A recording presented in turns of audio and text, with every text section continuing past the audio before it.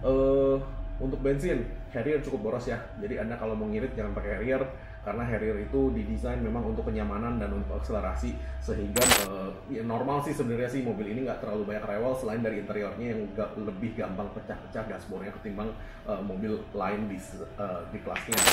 Itu kan ada yang hybrid, ada yang bensin biasa tuh. Nah itu yang terakhir itu transmisinya CVT. Nah karena transmisinya CVT jadi dia lebih mulus dan lebih nggak terlalu rewel sih sebenarnya sih transmisinya. Nah cuman cari bengkel mobil yang tepat, ayo ke dokter mobil aja. Jujur, cepat dan juga lengkap, ayo ke dokter mobil aja. Kualitas yang terbaik, harga juga bersahabat. Percayalah, di dokter mobil pasti beres. Hai lovers, balik lagi dengan saya Dokter Mobil. Nah di video kali ini kita membahas Toyota Harrier Second.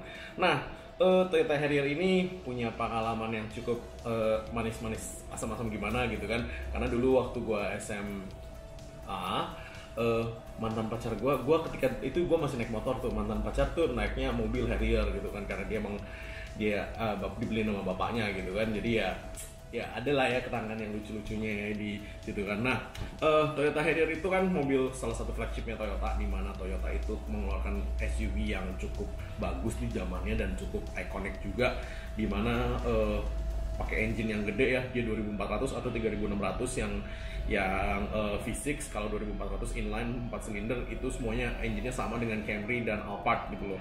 Nah Harrier itu yang pertama yang pakai sunroof-nya gede banget.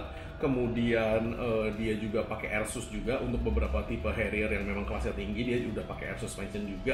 Dan memang mobil ini tuh ya enak banget sih dipakainya gitu loh kan, dari tipe yang paling lama sampai tipe yang paling baru itu tetap memang mantep lah ya di kelasnya. Cuman memang Toyota masuk ke segmen ini dengan mesin bensin sih, dia nggak masuk nggak mau masuk di mesin dieselnya untuk di Toyota Harrier ini.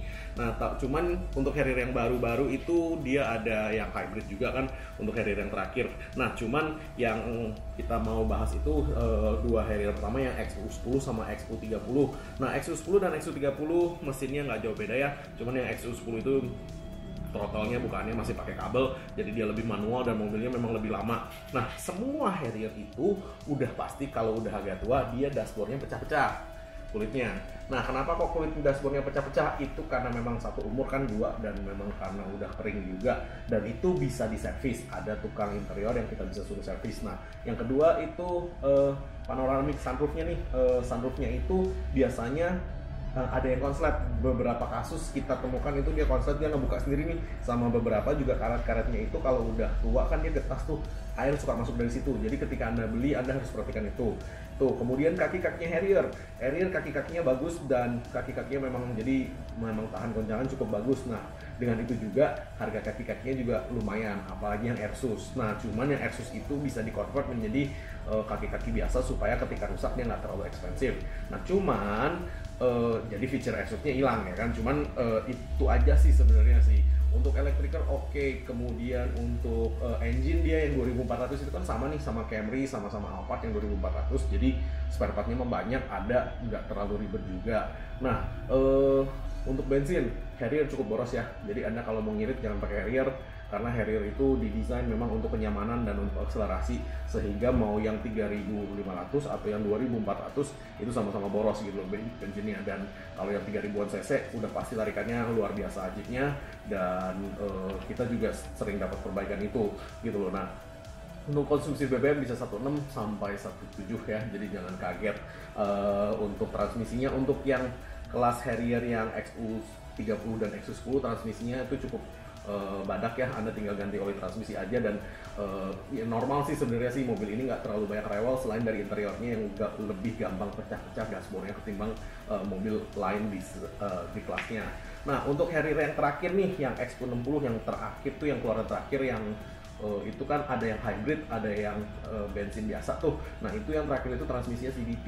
Nah karena transmisinya CVT jadi dia lebih mulus dan lebih nggak terlalu rewel sih sebenarnya sih transmisinya. Nah cuman interiornya memang lebih kecil daripada Harrier yang sebelumnya. Harrier yang sebelumnya kan terkesan besar ya dan bulky ya, dan memang bawahnya sih mantap sih. Untuk duduk di belakang sih juga enak banget karena kan dia lega, dan atasnya tuh kayaknya luas banget gitu loh duduk di belakang Harrier itu. Jadi memang memberikan kesan yang berbeda. Kalau Anda mau beli mobil ini untuk keluarga dan jalan-jalan, itu sih saya sih sarankan Anda coba duduk dulu rame-rame di dalam, karena memang enak sih kalau menurut saya sih. Cuman ya balik lagi, ini Toyotanya kelas Toyota yang high end, jadi spare partnya ada harganya. Nah cuman namanya Toyota pasti adalah yang spare part murahnya, jadi Anda nggak usah takut. Untuk AC gampang lah ya, itu nggak terlalu problem. Untuk kaki-kaki memang lebih empuk sehingga harga spare part kaki-kakinya lebih mahal. Untuk engine normal, nggak ada yang terlalu gimana-gimana, bisa diisi premium, bisa diisi pertalite, jadi nggak ada masalah. Cuman ya mobilnya lebih cepat batuk-batuk aja. Nah untuk harganya sih sekarang Harrier ada yang kisaran 90 sampai 200 juta ya, tergantung barangnya, tergantung seberapa cakep barangnya. Cuman jangan heran kalau lihat interiornya banyak pecah-pecah, itu dia. Ada tukang interior yang bisa dipanggil untuk memperbaiki itu paling mentok 2 hari kelar gitu semua interiornya gitu. Cuman balik lagi sih dilihat ada harga ada barang ya kan. Kalau yang interiornya rusak begitu, kalau benerin dashboard aja bisa sampai 3-4 juta sih kemungkinan sih untuk full semua cover jadi rubber lagi ya gitu loh. Kalau untuk kulit-kulitnya dan jok-jok kulitnya kalau sampai rusak, ada yang bisa di-repair, ada yang harus diganti. Cuman ya itu pun nggak ada masalah gitu kan, karena memang mobil ini terkenal pada zamannya. Jadi bolehlah Anda pakai untuk keluarga, untuk keluar kota, ini juga enak banget kok ini mobil. Ya, oke, mungkin sekian dulu penjelasan dari saya untuk mobil. Nah, jadi ketika Anda bingung nih mau beli mobil-mobil bekas, beberapa channel-channel untuk pembelian mobil-mobil bekas yang recommended bagi saya adalah salah satunya adalah Garasi ID. Karena kenapa? Karena Garasi ID ini dibikin oleh orang-orang yang mengerti mobil, bukan cuman broker atau cuman jual beli doang gitu loh. Mereka bekerja sama dengan beberapa entitas lain untuk memastikan bahwa mobil yang dijual itu kualitas sama harga oke dan tidak berbohong. Intinya kan gitu kan. Sebenarnya kalau mobil nih misalnya nih abis kena banjir, ya nggak apa-apa juga ketika lu kasih tahu kan gitu loh. Atau mobil ini bekas tabrakan, ya nggak ada masalah juga, yang penting kan dikasih tahu ke yang calon yang pembelinya. Atau kalau nggak ketabrak atau nggak apa, kan berarti yang ngasih taunya kan ada kredibilitas untuk ngasih tahu, bukan hanya sekedar ngomong nih kayak ya biasa lah ya, namanya orang jualan kan gitu kan, ngemengnya nomor 1 gitu kan. Cuman Garasi ID termasuk salah satu yang representable lah ya gitu. Jadi kita sangat rekomen kalau lu mau beli mobil bekas itu di Garasi ID. Jangan lupa subscribe, like, dan komen di YouTube kami. Thanks.